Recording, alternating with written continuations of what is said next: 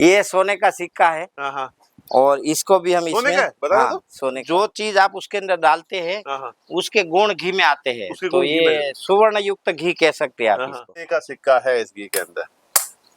वाह, इसकी चनक सुन लो, सोने की चनक है ये, क्या बात।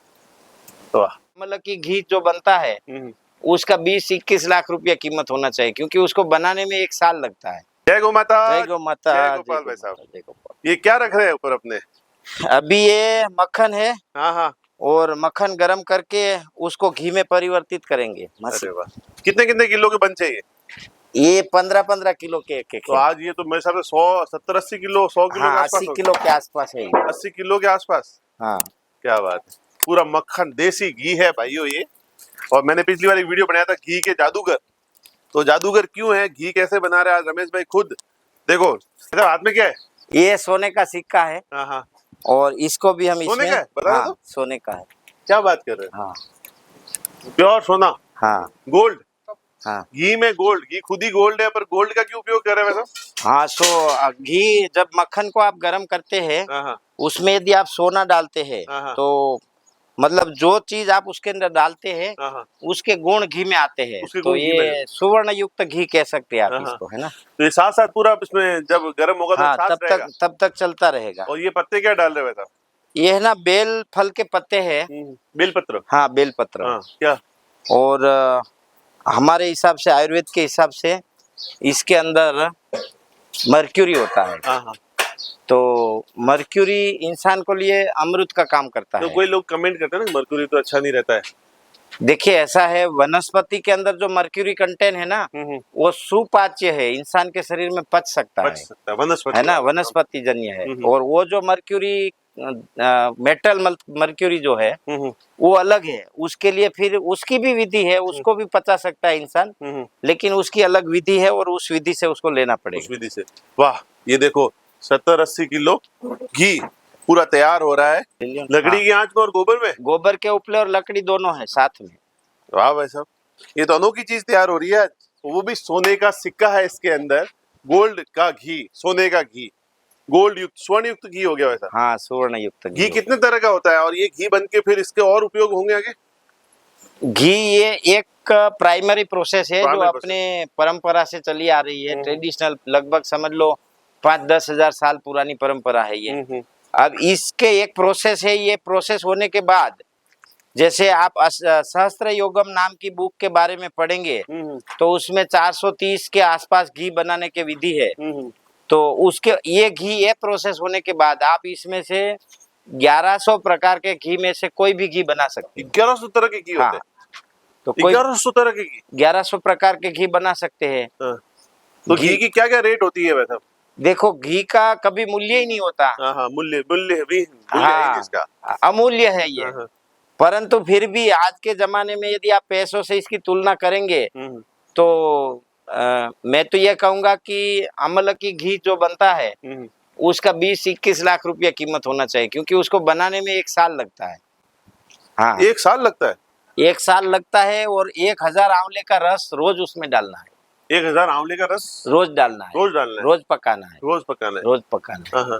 तो वो घी बूंदों में लेना है, वो इंसान की कायाकल्प कर सकता है। अच्छा, मतलब आयुर्वेद तो ये कहता है कि मुर्दे में भी जान भरने का काम गाय का घी कर सकता है। मुर्दे में भी जान भरने का काम गाय का घी करता है, और सच में करता है। हाँ, पुराने घी का भी कुछ महत्व बताया?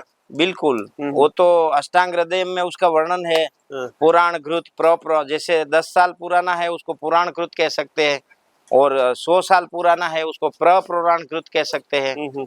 तो बहुत सारी दिमाग के डिसीज है, दिमाग की विदुषितियां है, वो उस घी से आयुर्वेद के हिसाब से आयुर्वेदाचार्य के मार्गदर्शन में वो दूर की जा सकती है। पूरा 70-80 किलो मक्खन का पूरा घी बन रहा है ये पूरा मक्खन बिलोना होके, बिलोने की मशीन बड़ी प्रसिद्ध है भाई साहब की, उससे बन के ये घी बन रहा है। और साथ में डाल दिए बिल पत्र, और नीचे जो कढ़ाई है वो किसकी होनी चाहिए? ये तो लोहे वाली है अपने। हाँ, कढ़ाई कोशिश ये होनी चाहिए आयुर्वेद के हिसाब से तो सर्वश्रेष्ठ मिट्टी है। मिट्टी में। हाँ, पर मिट्टी देखिए इतना बड़ा तपेला मिट्टी का होना संभव नहीं है, तो दूसरे नंबर पे आयरन है, तो आयरन का हम यूज कर सकते हैं और आयरन का हम कर रहे हैं। अच्छा, इस लोहे की कढ़ाई में और नीचे लकड़ी है, धीमी आंच पे कितने धीमी घंटे में आंच। पकेगा अभी ये? ये लगभग 1-2 बजे तक तैयार हो जाएगा। 2 बजे तक? मतलब 5-6 घंटे, अभी कितने बजे, 8-9 बज गए। हाँ 8-9 बजे 4-5 घंटे धीरे धीरे पक के ये घी तैयार होगा, और शुद्ध देशी घी, और घी का आनंद अलग ही है। कई लोग कहते हैं ना, घी खाने से आपके हार्ट में ब्लॉकेज आ जाएगा, आप बीमार हो जाएंगे, और ज्यादा घी खाना नहीं चाहिए क्योंकि मेहनत कम करते हैं। पर देशी घी अपने आप में एक जादू है, और ये जादू है क्यों, जानते हैं रमेश भाई से। भाई साहब, सबको घी रखना और घी पिलाना है। कहने में आता है कि घी खाने से लोगों के हार्ट ब्लॉकेज हो जाएंगे, ज्यादा घी नहीं खाना चाहिए, पर वो घी नहीं है जो घी को आप घी समझते हैं। ये है देशी गाय का बिलोने का शुद्ध घी। इसके लाभ अलग है भाई साहब। ये जो डॉक्टर और कई बार जो पद्धति चल गई कि देशी गाय का घी, या मतलब घी नहीं खाना नहीं, चाहिए। डॉक्टर कभी ऐसा नहीं कहते देसी गाय का घी नहीं नहीं, खाना घी- चाहिए, घी वो का। खाली घी बोलते हैं। हाँ, अब हाँ। घी मतलब घी जो अभी जिसको हम घी बोल रहे हैं वो फैट है ना। अब जैसे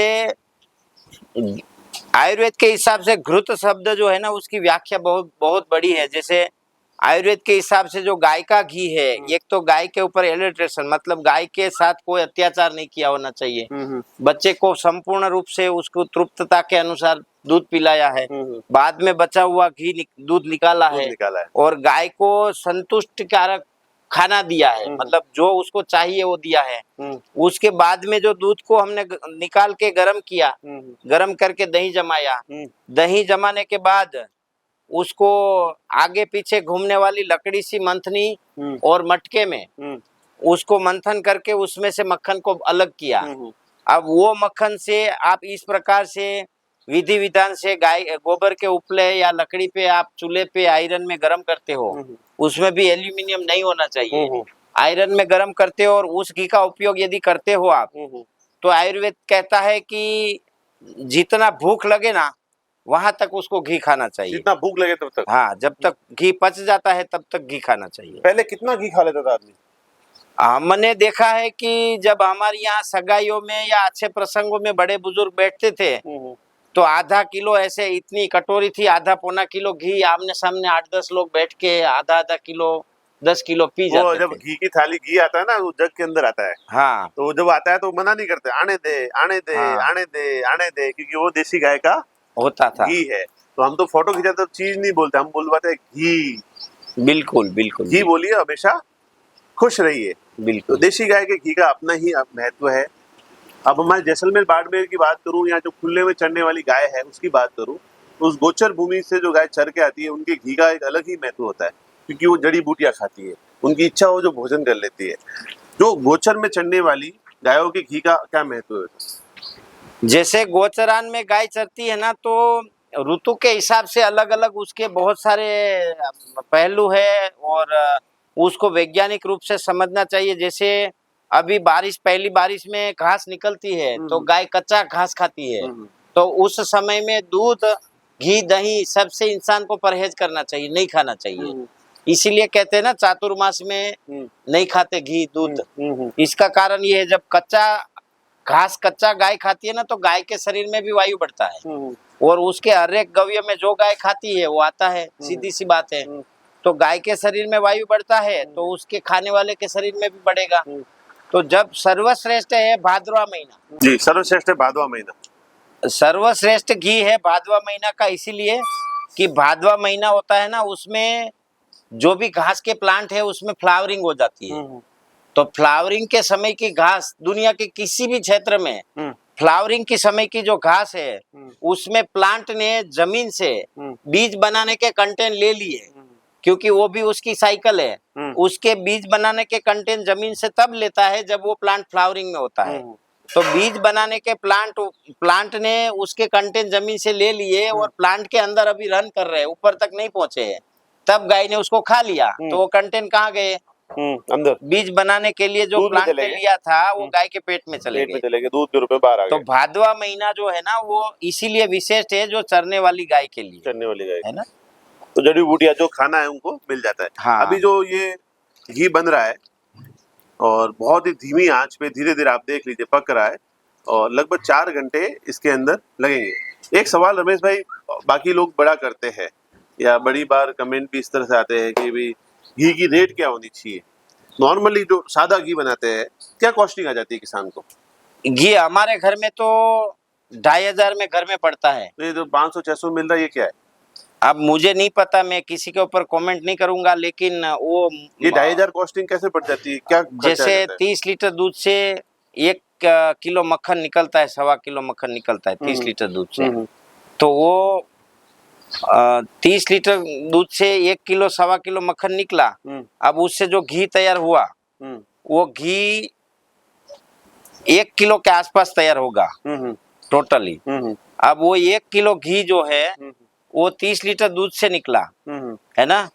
तो 30 लीटर दूध की कीमत क्या है और उसके ऊपर मेंटेनेंस क्या है, वो सोचना पड़ेगा और उसके हिसाब से उसकी वैल्यू बनेगी। एक चीज, सिर्फ घी ही आदमी अगर शुद्ध लेना शुरू कर दे, हाँ, बाकी की तो बात नहीं करे, तो उससे उसके शरीर पे कितना फर्क पड़ेगा? देखिए अष्टांग हृदय में वाग्भट ऋषि ने लिखा है घी जो है बल्यवर्धक है, मेघ्यवर्धक है, वीर्यवर्धक है, ओजवर्धक है, तेजवर्धक है, कांतिवर्धक है। तो जितने मानव शरीर को ब्रह्मांड के अंदर से जो चीजें चाहिए वो मात्र और मात्र गाय का घी ही दे सकता है। देसी गाय का बिलोना से बना घी, देसी गाय ऐसा नहीं कि डिब्बे का लाके कर लो। देसी गाय का बिलोने का बना हुआ घी। हाँ। इस प्रचार और इन चीजों का यही उद्देश्य है कि आप घी लीजिए, कहीं से भी लीजिए, पर हाँ, देसी जो गाय का आप घी आपके जान आपको पहचान के हैं। जहाँ विश्वास है, अच्छा बना रहा है। ये कोई प्रमोशनल वीडियो नहीं है। रमेश भाई से हमारी बात हुई आपस में, तो हमें इसलिए वीडियो नहीं है कि हम ये रमेश भाई का घी बिक जाए, कि हम भी घी करते घी बिक जाए। हमारा ये कहना है कि देसी गाय का घी आपके आसपास जो भी किसान है, जान पहचान का है, उससे वो घी खरीदिए और उस घी का उपयोग कीजिए। आप अपने शरीर में अपने आप ऊर्जा और अलग चीज महसूस कर लेंगे। जो आनंद आप खुशबू महसूस कर रहा हूँ मैं यहाँ बैठे हुए, जो देसी गाय का जब घी गर्म होता है, तो ये बचपन में जब माता जी के पास में या दादी नानी के पास बैठते थे, तो जब वो सुबह सुबह बिलोना करती थी, हाँ, और जो वो घी मक्खन, सबसे पहले तो मक्खन की बात करता हूँ, हाँ, तो वो मक्खन देती थी रात की बची हुई रोटी के साथ में। बिल्कुल वो स्वाद मतलब मिला नहीं। और बिल्कुल। दूसरा, दोपहर में हम जैसे खेत पे जाते थे तो सूखी रोटी होती थी सुबह हाँ, की, तो प्याज लेके आते तो मिर्च लेके आते थे। हाँ, वो मिर्च इतनी स्वादिष्ट लगती थी, वो प्याज को भी ऐसे मुक्के से तोड़ना होता था कि चाकू तो होता नहीं था। ये सब साइंस है। जैसे आप भोजन की बात कर रहे हो, तो एक तो बाजरे की रोटी, बाजरा क्या हो गया, मिलेट्स, उसमें भी उसने सुबह बना दिया और आपने शाम को या दोपहर को खाया, तो मिलेट्स को आपने 10 घंटा 8 घंटा भिगो के रख दिया, तो उसके गुण कंटेंट बढ़ जाएंगे। अब दूसरी बात यह है कि प्याज जो है ना, वो कच्चा प्याज गट बैक्टीरिया का मोटिवेशन प्रमोशन करता है। अपनी आंतों में जो गट बैक्टीरिया है ना, वो पूरे आंतों का नहीं, पूरे आंख का, माइंड का, टोटली पूरे बॉडी का संचालन गट बैक्टीरिया करता है। तो प्याज जो है ना, वो गट बैक्टीरिया का खुराक है।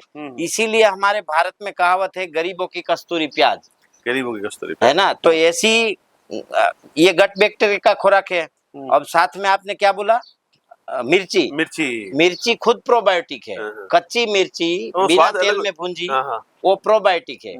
तो हरी मिर्ची इंसान को खूब खाना चाहिए, उससे उसके गट बैक्टीरिया प्रमोट होते हैं। तो अपने जो पूर्वजों के जो जो दिए हुए चीजें हैं, वो सब जो है ना, वो सब साइंस से भरे हुए, सब साइंस से भरे।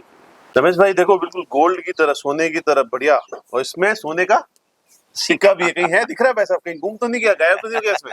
नहीं नहीं है नहीं नहीं, वाह, ये बाहर आएगा? नहीं आएगा, नहीं आएगा, अभी अंदर है, पूरा घी खाली होगा तभी आएगा। सोचो आप 5 घंटे वो सोने का सिक्का इसके अंदर रहेगा तो उसका कितना स्वर्ण शार इसके अंदर आ जाएगा। बहुत बढ़िया आया। अरे ढूंढो ढूंढो, सोने का सिक्का है। अरे वाह, ये आ गया, ये देखो, दिखा? वाह, ये सोने का सिक्का है इस घी के अंदर। वाह, इसकी चमक सुन लो, सोने की चमक है ये, क्या बात। वाह, ये आ गया। बहुत बढ़िया। भाई साहब, घी खाने से पहले रमेश भाई क्या ध्यान रखना चाहिए आदमी को? क्या चीजें घी के साथ वर्जित है? आजकल के लोग शौक से घी को कई चीजों के साथ मिला के खाना शुरू कर दिया। यदि इंसान 15-20 ग्राम से ऊपर घी एक साथ खाना चाहता है, तो उसको खाने से पहले गर्म पानी पीना चाहिए और खाने के बाद भी गर्म पानी पीना चाहिए 3 घंटे तक। 3 घंटे तक 30 ग्राम से ज्यादा पीना चाहता है। और यदि इंसान 30 साल से कम आयु का है, तो उसको जमा हुआ घी भी पच जाता है, कैसा भी घी खा सकता है ना। यदि इंसान 30 से प्लस है, तो उसको कभी ठंडा घी नहीं खाना चाहिए। गरम गरम गरम चीजों के साथ, जैसे दाल के साथ, गरम रोटी के साथ, गरम सब्जी के साथ, हाँ। कहीं पर भी गरम दूध के साथ ऐसे लेना चाहिए। ऐसे लेना चाहिए। और अलग अलग बीमारियों में अलग अलग तरीके से घी लेना चाहिए।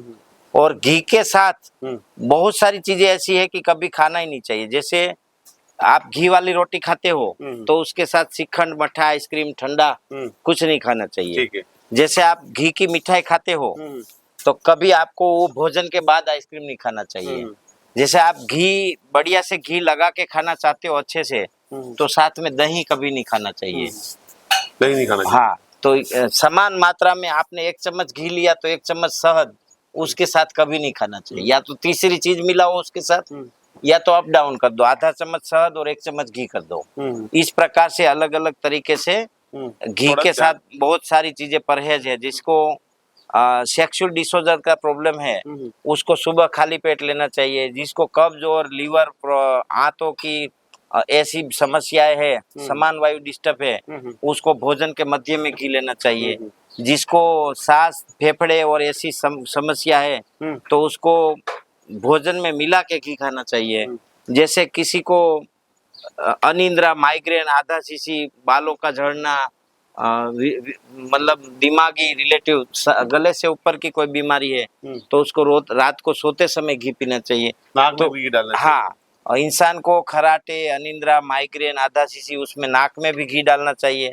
और नाभि में तो मनुष्य को रोज घी डालना ही चाहिए। गरम डाले कि सादा डाल दे? गरम डाले तो बेस्ट है, हल्का बॉडी टेम्परेचर के लेवल का गरम हो जाएगा। हाँ, बहुत बढ़िया।